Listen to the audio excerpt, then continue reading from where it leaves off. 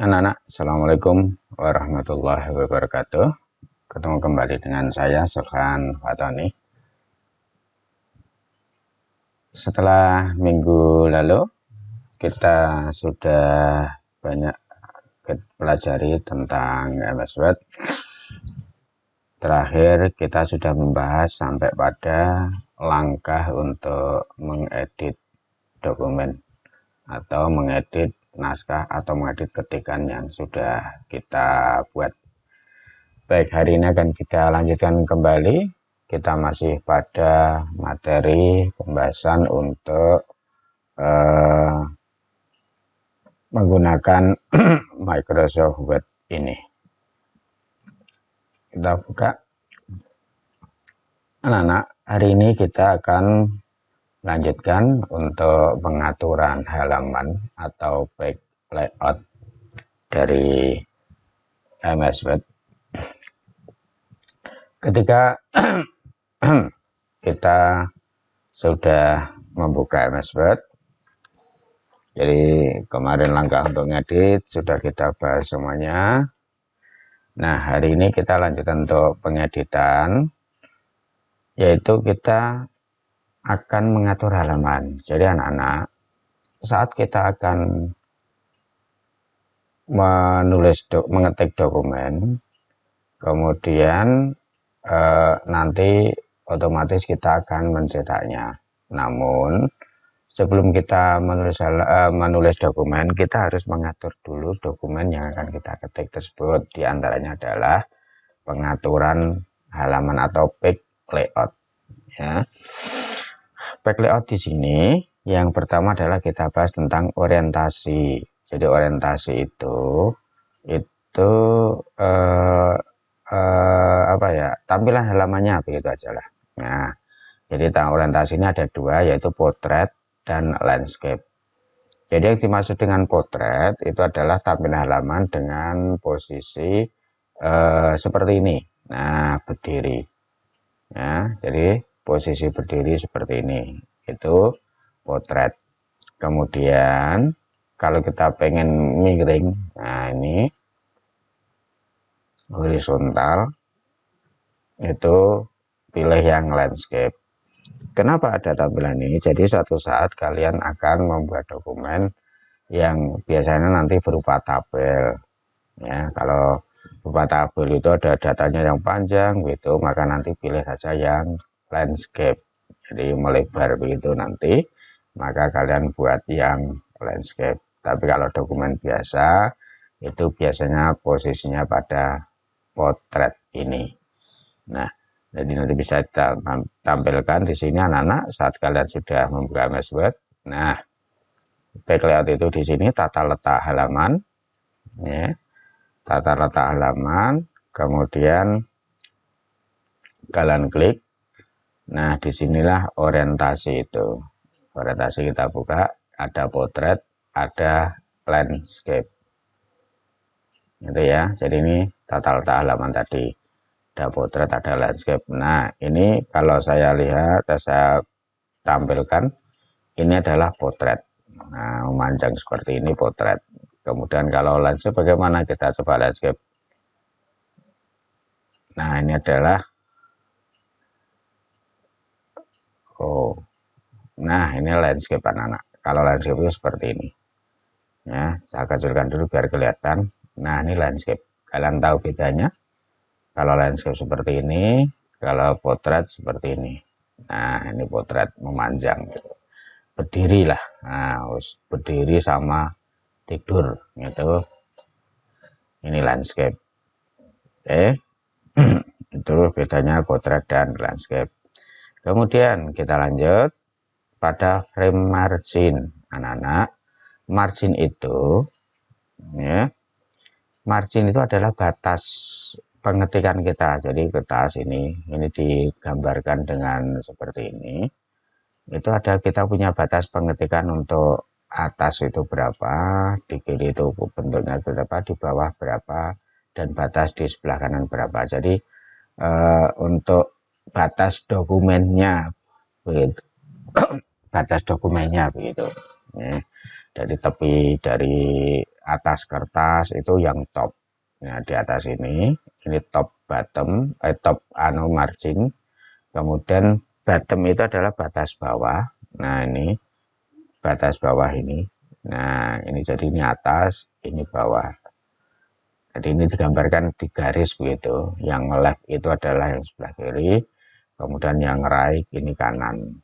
Nah, gutter ini kalau gutter jarak tertentu dari prioritas untuk tepi atas atau atas kertas untuk tujuan memberikan lokasi kosong untuk penjilitan. Jadi kalau kalian nanti misalnya berketik dokumen, biasa nanti karya ilmiah atau karya tulis gitu kan nanti perlu dijilid. Nah, jadi itu nanti dikali batas pada gutter ini. Anak-anak, pengaturan ini dalam kondisi standar itu bisa sudah diatur oleh Microsoft biasanya. Tampilannya back setupnya seperti apa. Jadi batas atasnya berapa itu bisa diatur. Kalau kamu standarnya biasanya ini 2,5. Kalau yang kiri itu 3,17, yang kanan 2,5, 3,17. Yang bawah 2,54 misalkan. Nah, itu batas pengetikan. Jadi bisa kita lihat di sini anak-anak batas pengetikan itu seperti apa. Nah, inilah wilayah dokumen kita. Saya buatkan dulu orientasinya biar potret. Nah, inilah batas pengetikan itu. Nah, jadi ini atasnya berapa? Kita buat di sini pada margin tadi.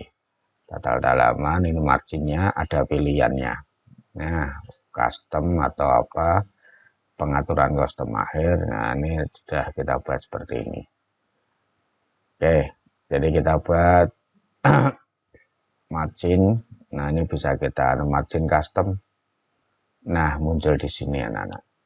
Ya, jadi kalau atas ini ini nggak mungkin 5,4, jadi kita turunkan misalkan. Kita buat aja atasnya biasanya 2,5. Nah, seperti ini. Kirinya dibuat aja biasanya 2,5 juga lah, kita buat 2,5. Kemudian bawah 2,5 sudah sama. Jadi nanti kita klik oke. Nah, lihat inilah wilayah batas pengetikan. Karena ini belum ada bawahnya dokumennya belum ada ketikan, jadi di bawah belum bisa muncul. Gitu anak-anak, ini batas atas, batas kiri, batas kanan, batas bawah. Oke, kita lanjut. Kemudian ini tadi pada frame. Sekarang pada tab paper atau kita nanti mengatur ukuran kertasnya. Nah, anak-anak, ini penting sekali. Ya, jadi untuk mengetik dokumen itu kita harus siapkan kertasnya dulu. Nah, kertas yang ada di sini anak-anak, biasanya kalian untuk ngetik ini kalau di dalam settingannya di MS Word standarnya biasanya diatur pada A4. A4 itu punya ukuran panjang 21 cm, tingginya 20, ini lebar ya, tingginya nanti 29,7. Jadi A4 itu dalam istilah keseharian disebut dengan kertas kuarto. Ya, itu kertas kuarto lah. Terus kalau kertas lain bagaimana? Nah, di sini anak-anak, ini kita mengaturnya. Jadi ini pertama kita klik dulu pada paper size, kemudian width. Width itu nanti adalah lebar kertasnya. Jadi lebar kertasnya itu berapa? Kita ambil contoh. Nah, misalkan, nah seperti ini.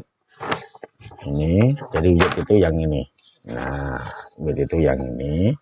Kemudian kamu pilih height itu tingginya ini kertas. Karena ini tadi potret, jadi height-nya ini tinggi sangat panjang, kemudian ini lebarnya, gitu ya. Itu kertas. Jadi seperti ini kertas untuk folio.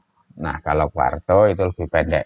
Nah, sekarang kita akan mengaturnya di MS Word seperti apa. Kita buka dulu ya MS Word-nya, tata halaman. Nah, di sini pada ukuran kertas. Nah, anak-anak, ini banyak sekali ukurannya sudah ada. Yang sering kita gunakan adalah kertas itu A4 ini. Nah, A4 ini adalah kertas kuarto begitu. Namun anak-anak, kalian bisa pula mengatur, misalkan kita pengen kertasnya bukan kuarto tapi F4. F4 itu biasanya folio. Nah, di sini pada ukuran itu jarang, biasanya belum ada. Jadi mana tahu M4 nggak ada. Adanya A4, F4 belum ada. Lah, terus bagaimana kalau belum ada? Maka kita atur dahulu ukuran kertas tersebut. Nah, langkahnya klik ukuran kertas lainnya. Nah, ini maka akan muncul. Kemudian di sini, nah ini kan nggak ada ukuran kertasnya. Oh, nggak ada. Kita pilih yang custom. Nah, di sini anak-anak lebarnya biarkan saja karena ukurannya sama nanti. Lebar itu kalau biasa untuk kertas folio lebih panjang, lebih lebar sedikit. Tapi ini biarkan saja 21. Yang penting tingginya ini. Untuk ukuran di sini anak-anak, tinggi kertas folio adalah 33 cm. Kita naikkan aja jadi 33. Jadikan aja. Nah, seperti ini. Nah, ini sudah ukurannya sudah menjadi 33. Di sini tidak bisa kita ganti namanya, biarkan custom saja. Kemudian klik OK. Nah, lihat anak-anak, ukurannya sudah sama. Jangan, untuk pengen merubah ke sini, jangan sampai keliru kalian dengan pada posisi legal ini anak-anak. Nah, pada posisi legal sering karena legal ini ukurannya 36 cm, jadi lebih panjang. Biasanya kadang males mencari dan sebagainya, males mengcustom, langsung pilih legal gitu saja. Karena legal nanti ketika dicetak akan lebih panjang dari kertas folio ini atau F4. Ya, itu mengatur halaman. Oke. Kemudian, oh maaf Pak. Kemudian kita lanjutkan masih ini. Nah, tadi setelah ukuran kertas sudah, kemudian ini tab layoutnya tadi, ya layout tadi sudah, bagaimana mengatur layoutnya tadi. Nah, sekarang kita pada pengaturan huruf, ya. Jadi setelah kertas kita siapkan, kemudian margin sudah, sekarang bagaimana kita akan mengatur huruf.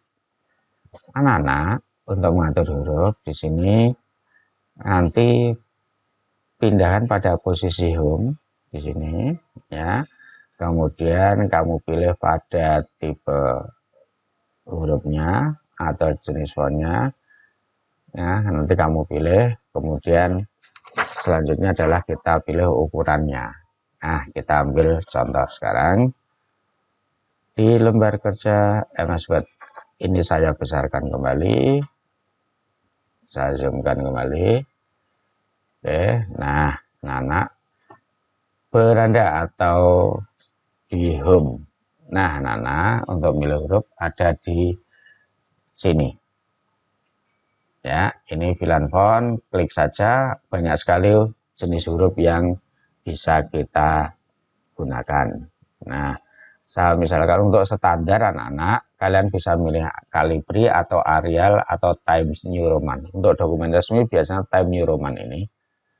Kemudian ukurannya standarnya 12. Nah, kita bisa ketik.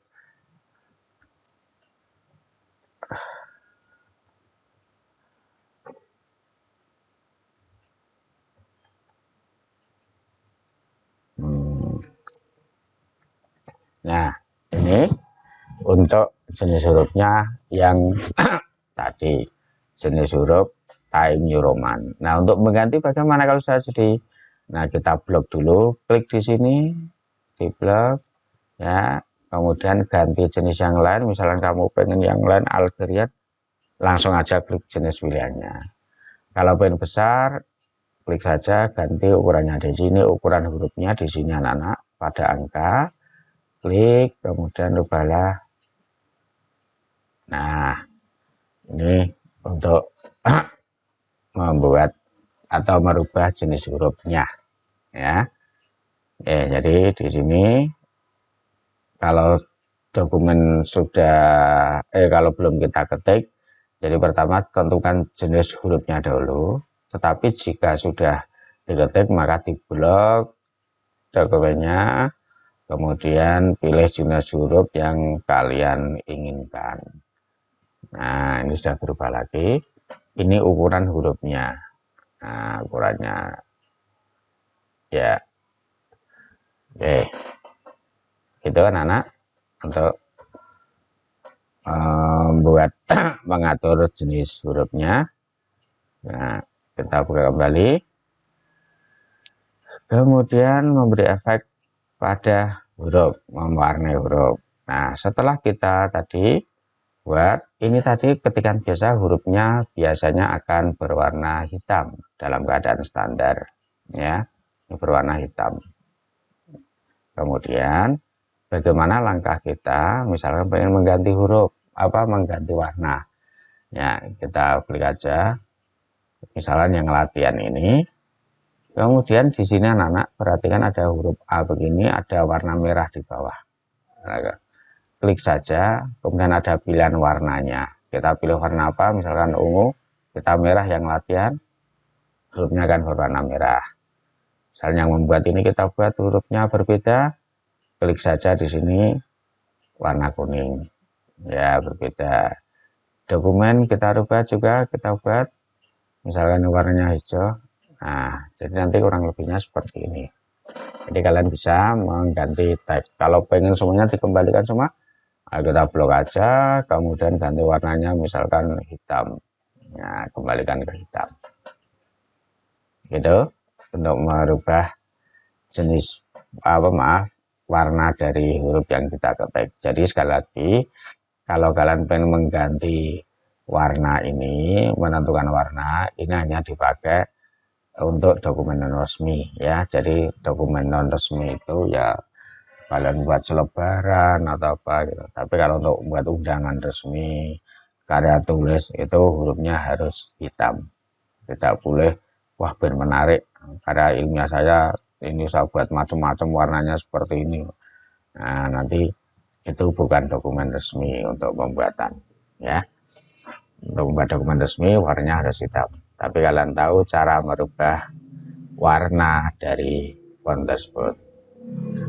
Ya, kemudian di sini ada juga bagaimana mengatur beberapa efek efek dari huruf tersebut. Oke, kita mulai juga di sini. Nah, di sini ada BIU. Nah, B ini adalah bold. Jadi untuk bold, saat jadikan hitam dulu semua biar jelas.